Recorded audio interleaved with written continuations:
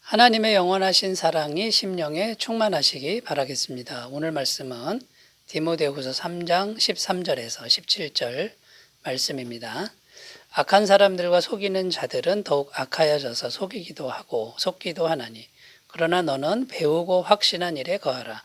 너는 내가 누구에게서 배운 것을 알며 또 어려서부터 성경을 알았나니 성경은 능히 너로 하여금 그리스도 예수 안에 있는 믿음으로 말미암아 구원에 이르는 지혜가 있게 하느니라. 모든 성경은 하나님의 감동으로 된 것으로 교훈과 책망과 바르게 함과 의로 교육하기에 유익하니 이는 하나님의 사람으로 온전하게 하며 모든 선한 일을 행할 능력을 갖추게 하려 함이라. 아멘. 오늘 말씀의 주제는 어떻게 하면 흔들리지 않고 확신 가운데 삶을 살 수 있을까? 이런 주제가 되겠습니다. 특히 교회 목회자는 더욱더 이런 삶을 살아야 한다는 것이죠. 왜냐하면 목회자가 흔들리고 확신이 없으면 교회 전체가 흔들릴 수밖에 없다라는 겁니다. 뿐만 아니라 목회자에게서 말씀을 듣는 사람들, 영혼들이 삶이 흔들릴 수밖에 없다라는 거죠. 뭔가 흔들림 없고 확실한 것을 제공해야 성도님들의 삶이 안정적이고 평안한 삶을 살게 된다라는 거죠. 그래서 바울은 에베소에서 목회하는 목회자 디모데에게 어떻게 하면 확신 있는 삶을 살 것인가를 오늘 본문을 통해서 말씀하고 있는 것입니다. 어제 말씀은 목회자를 흔들게 하는 요소 중에 고난에 대한 말씀이었죠. 이 고난은 외부적인 환경적인 공격이라고 한다면 오늘은 내부적이고 내면적이고 이론적인 공격에 대한 그런 말씀이라고 하겠습니다.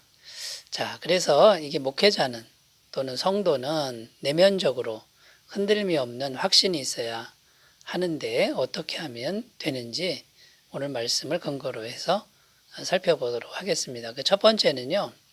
변함이 없는 진리를 붙드는 삶을 살아라. 이렇게 말씀하고 있습니다. 14절입니다. 그러나 너는 배우고 확신한 일에 거하라. 너는 내가 누구에게서 배운 것을 알며. 여기 배우고 확신한 일에 거하라 이렇게 말씀하는데 배우고 확신한 일은 어릴 때부터 배워서 확신하게 된 일이다. 이런 의미가 되는데 확신이라고 하는 의미는 더 이상 흔들리지 않는 것이다 라는 겁니다. 그러니까 한마디로 말해서 확신한 일은 진리라는 겁니다. 진리는 더 이상 변함이 없는 것이죠. 진리가 변한다 그러면 진리가 아닌 거죠. 그러니까 진리는 완전하고 영원히 그대로 있고 변하지 않는 그 진리를 어려서부터 배워서 알게 되었지 않느냐.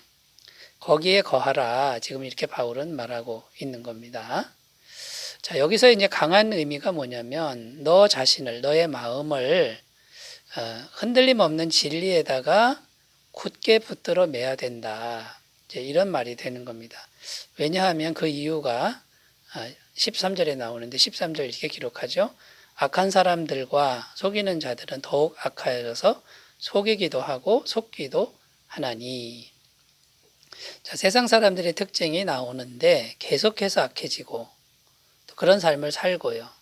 또 계속해서 속이고 또 속이는 이런 삶을 산다라는 겁니다. 한마디로 정함이 없는 삶, 흔들림이 심한 삶을 세상 사람들은 살고 있다라는 거죠.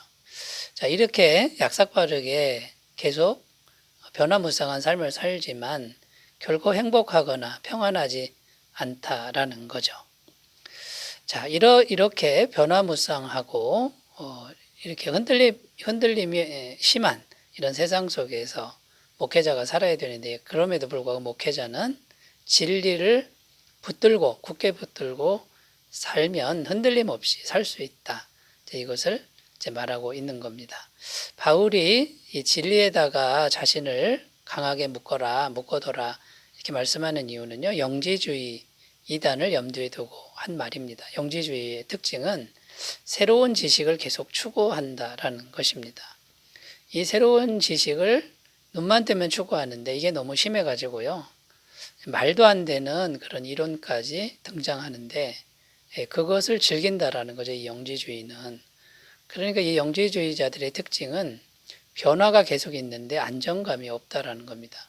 그러니까 진리에 이르지 못한다라는 거죠. 그래서 바울은 디모데에게 이렇게 영지주의의 이단을 쫓아가면 변화무쌍하고 조변석계하는 이런 삶을 살게 되고 흔들림이 심한 삶을 살 수밖에 없으니 이 배우고 확신하는 일에 거하라 이렇게 말씀하는데, 그 배우고 확신한 일이라고 하는 건 복음의 말씀입니다. 이 복음의 말씀은 내용이 어떤 겁니까? 하나님의 사랑은 100% 완전하고 영원하죠. 변함이 없습니다. 완벽한 죄사함, 이 죄사함도 십자가 보혈로 인한 죄사함도 완벽합니다. 변함이 없습니다. 구원이라고 하는 것 흔들리지 않습니다. 영생, 천국, 부활, 이것은 영원토록 변함이 없는 것이죠. 이 복음의 말씀에 우리의 마음의 뿌리를 내리면 흔들림이 없다라는 거죠.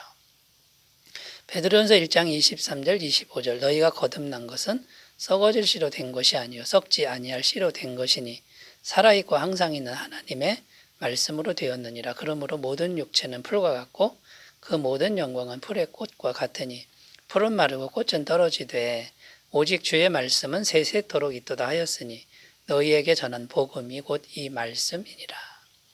이 세상의 모든 것 또 그의 영광은 금방 없어지지만 이 복음의 말씀은 영원하다, 흔들림이 없다 이렇게 증언하고 있는 겁니다.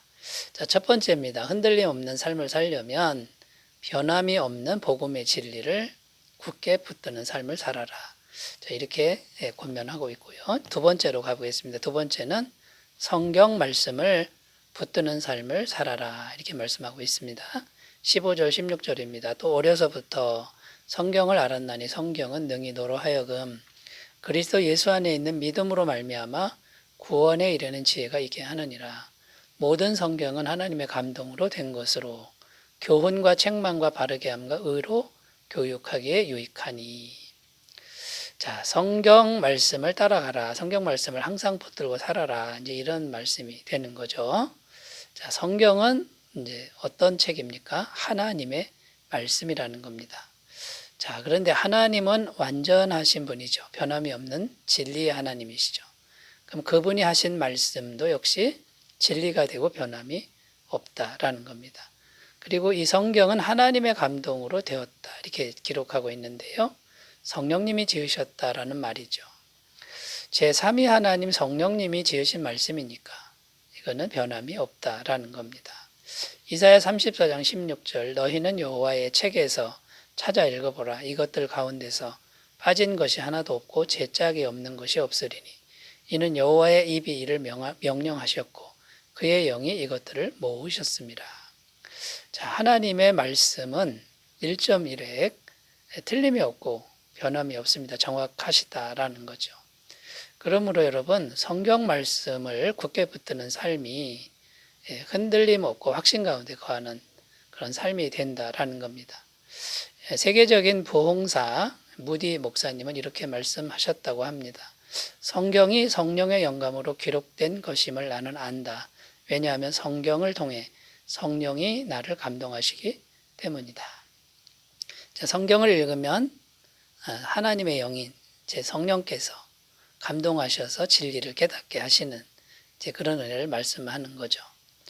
자, 성경 말씀을 통해서 성령님이 역사하시는 것은 이거는 사실입니다. 이건 틀림없는 현실입니다. 그러니까 여러분 우리가 이 성경 말씀을 따라가는 것이 확신 있는 삶이라는 거죠. 시편 19편 7절 9절입니다. 여호와의 율법은 완전하여 영혼을 소성시키며 여호와의 증거는 확실하여 우둔한 자를 지혜롭게 하며 여호와의 교훈은 정직하여 마음을 기쁘게 하고 여호와의 계명은 순결하여 눈을 밝게 하시도다. 여호와를 경외하는 도는 정결하여 영원까지 이르고 여호와의 법도 진실하여 다 의로우니. 성경 말씀에 대한 찬양입니다. 영원합니다. 깨끗합니다. 완전합니다. 여러분 사람을 변화시키는 이런 성경 말씀을 굳게 붙들면 흔들림 없는 삶이 될 줄로 믿습니다. 자, 세 번째입니다. 세 번째 어떤 권면을 주냐면요. 영원히 변함없으신 하나님을 닮아가는 삶을 살아라. 이렇게 말씀하고 있습니다. 17절입니다. 이는 하나님의 사람으로 온전하게 하며 모든 선한 일을 행할 능력을 갖추게 하려 함이라. 자, 여기 보면 하나님의 사람으로 온전하게 하며 이렇게 기록되어 있는데 무언가 내면적인 변화가 일어나는 거죠. 내면적인 변화가 일어나는데 온전한 방향으로 자라나게 한다라는 겁니다. 아주 아름답고 완벽한 그런 내면, 마음으로 자라난다라는 거죠. 그 온전한 건 이제 하나님의 성품을 의미하는 거죠.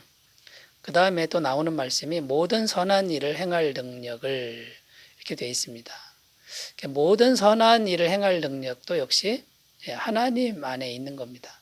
그러니까 하나님을 닮아가는 그런 능력이 내면에 공급되는 이제 그런 말씀이 되는 거죠. 자, 이 말씀의 의미는 뭐냐면 우리의 신앙의 목표, 삶의 목표를 영원하신 하나님을 닮아가려는 목표를 설정하라. 이제 이런 말씀이 되겠습니다. 그러니까 하나님은 변함이 없습니다. 완전하신 분, 그분을 목표로 우리가 설정하고 살아가면 목표가 정해지니까 일관성 있고 흔들림 없는 삶이 된다라는 거죠. 에베소서 4장 13절, 14절 우리가 다 하나님의 아들을 믿는 것과 아는 일에 하나가 되어 온전한 사람을 이루어 그리스도의 장성한 분량이 충만한 데까지 이르리니 이는 우리가 이제부터 어린아이가 되지 아니하여 사람의 속임수와 간사한 유혹에 빠져 온갖 교훈의 풍조에 밀려 요동하지 않게 하려 함이라. 자, 그리스도의 장성한 분량에까지 자라나면 요동함이 없게 된다. 세상 유혹에 흔들리지 않는다. 이렇게 말씀하고 있는 겁니다. 자, 그런데 어떻게 하나님을 닮아가야 되냐면 성경을 통해서, 성경 말씀을 통해서 닮아가라. 이렇게 말씀하고 있습니다.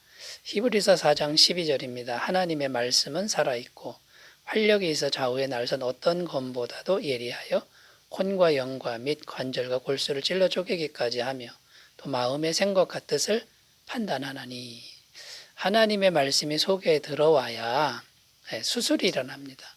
우리 혼과 영과 몸이 온전히 하나님 쪽으로 하나님을 향해 가게 된다라는 것이죠. 그러니까 하나님의 말씀을 통해서 그 말씀을 내면에 묵상함을 통해서 영원하신 하나님, 온전한 하나님을 닮아가는 그 일을 이제 하라는 것이죠. 사도행전 2장 42절입니다. 그들이 사도의 가르침을 받아 서로 교제하고 떡을 떼며 오로지 기도하기를 힘쓰니라. 자, 초대교회 가장 성령 충만한 공동체, 하나님의 마음을 닮은 가장 아름다운 교회의 모습을 갖추었죠. 그 첫 번째가 뭐냐면 사도의 가르침을 받아 하나님의 말씀을 계속 듣는 겁니다. 성령 충만한 사람들이 전하는 하나님의 말씀을 들을 때 내면이 변화되고 하나님의 사람으로 변화되는 역사가 나타났다라는 것이죠. 자, 여러분 오늘 말씀은 흔들림 없이 확신 가운데 사는 인생, 복음의 진리를 붙들고 성경 말씀 붙들고 하나님을 온전하게 닮아가려는 그런 노력을 경주하셨으면 좋겠습니다. 기도합니다. 하나님 아버지, 세상이 요동치고 흔들려도 우리는 진리의 복음만을 붙들게 하옵소서. 예수님의 이름으로 기도드립니다. 아멘. 주님의 은혜 충만한 하루 되시기 바라겠습니다. 감사합니다.